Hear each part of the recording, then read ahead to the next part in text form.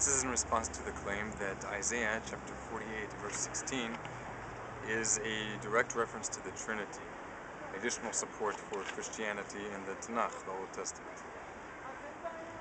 When examining this verse, there are a few matters that we should take into consideration and keep in mind when trying to understand the verse. One regards the fact that in translating, quotations and punctuation marks are added by translators. They are not represented in the Hebrew text. In the Hebrew text, you have certain symbols which indicate how you inflect your voice and whether you pause your voice. But these are variously represented in the Hebrew text, either by commas, by periods, by semicolons, in various different ways. And many of these aren't translated in any particular way. An additional thing to keep in mind regarding examining this verse is that capitalization does not exist in Hebrew. There's no capital letters nor lowercase letters. Now let's read the verse, Isaiah chapter 48, verse 14 through 16. Come ye near unto me, hear ye this. From the beginning I have not spoken in secret. From the time that it was, there I am. Now the Lord Hashem has sent me, and his Spirit. Thus says the Transcendent One, Hashem, your Redeemer, the Holy One of Israel. I am the Transcendent One, your venerable authority, who teaches you for your profit, who leads you by the way that you should go. This sounds like a pretty clear hint to the Trinity, right?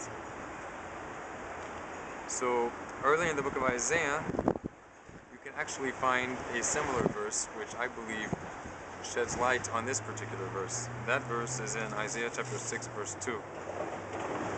In this verse, we have the Almighty clearly speaking, and he refers to an us who is being sent. Isaiah chapter 6, verse 2 states, above him, the Lord, the Creator, stood the seraphim. Each one had 6 wings. With 2 he covered his face, and with 2 he covered his feet, and with 2 did he fly. Continuing in verse 6, then flew unto me one of the seraphim, with a glowing stone in his hand, which he had taken with the tongs from off the altar. Verse 7, and he touched my mouth with it, and said, Lo, this has touched your lips, and your iniquity is taken away, and your sin expiated. Verse 8, and I heard the voice of the Lord, saying, whom shall I send, and who will go for us? Then I said, here am I, send me. Verse 9, and he said, go and tell this people, you indeed hear, but you don't understand. You indeed see, but you do not perceive. Now the context of Isaiah chapter 6 clearly shows that the person being sent is Isaiah the prophet. I'm not going to try to prove that. I expect that you guys will just open up your Bibles or surf to such a website that you can find and easily see this yourself, that this is pretty indisputably the prophet Isaiah having a vision. So who are the us? If before jumping to the conclusion that the us referred to in verse 8, where the Almighty says, whom shall I send and who will go for us, before jumping to the conclusion that this refers to the Trinity, I think it's logical first to consider any other possible characters mentioned in the same chapter beforehand to whom the us would likely refer. And we find that there are other characters in this chapter earlier mentioned too, the seraphim, one of whom came and had an encounter with Isaiah the prophet. Now, let's go back to Isaiah chapter 48, verse 16 and reread it. Come ye near unto me, hear ye this. From the beginning I have not spoken in secret. From the time that it was, there am I. I don't know what it was that's being referred to, but it's in feminine, so I don't suppose it's the Father or the Son. And since the one speaking refers to a spirit, I don't think the it was a spirit either. Continuing. Come now ye unto me, come ye near unto me, hear ye this. From the beginning I have not spoken in secret. From the time that it, feminine, was, there am I. Now the Lord, the Transcendent One, has sent me, and his Spirit. Thus says the Transcendent One, your Redeemer, the Holy One of Israel. I am the Transcendent One, your venerable authority, who teaches you for your prophet, who leads you by the way that you should go. Now, I think that it's reasonable to suggest that the me who is being sent in Isaiah chapter 48, verse 16, is the same me who offers himself to be sent in Isaiah chapter 6, verse 8. None other than the prophet Isaiah himself. And who then is the Spirit? Well, as I said earlier, the speaker refers to his Spirit, right? The Almighty Spirit.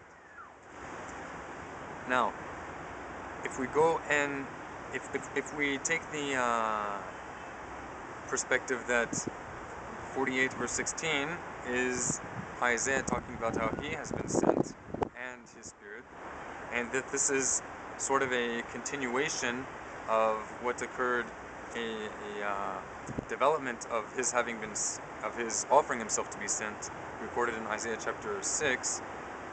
I then don't find it a leap to think that the Spirit referred to may be the very seraph, one of the seraphim mentioned in chapter 6 of Isaiah, which encountered and spoke with Isaiah in his prophetic vision. And if one might take issue with a seraphim being referred to as a spirit, then let's just look at the use of this word, seraphim, in the Bible, what it means and how it is used.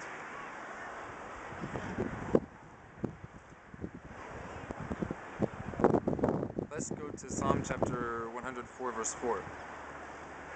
There we have an interesting verse that's later quoted in the New Testament. It says, he makes his angels spirits, his ministers a flaming fire.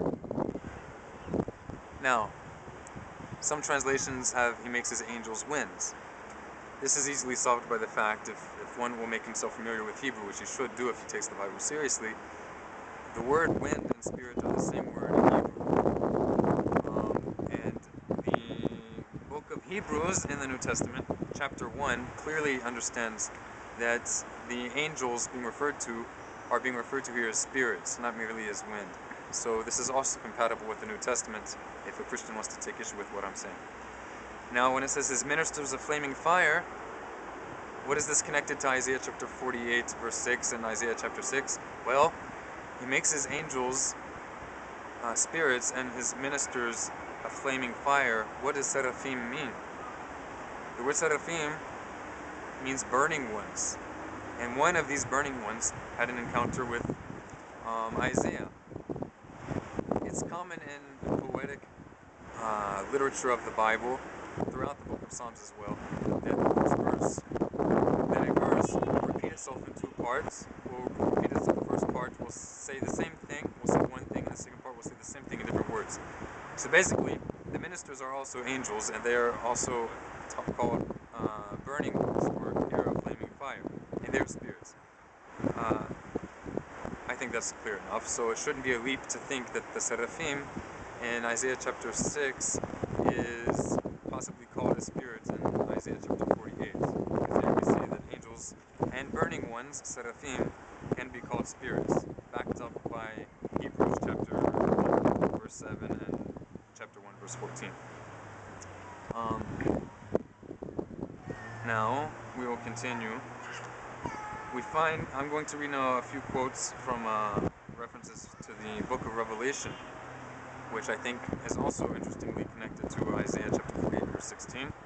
Here we see reference to 7 spirits of the Almighty, alright, which are before the throne of the Almighty. Revelation chapter 4, verse 5. And there were 7 lamps of fire burning before the throne, which are the 7 spirits of the venerable authority. Interesting. Here is a reference to burning lamps, alright? Clearly a metaphor because lamps aren't actually spirits. And it calls them the 7 spirits of the Almighty. Could it possibly be that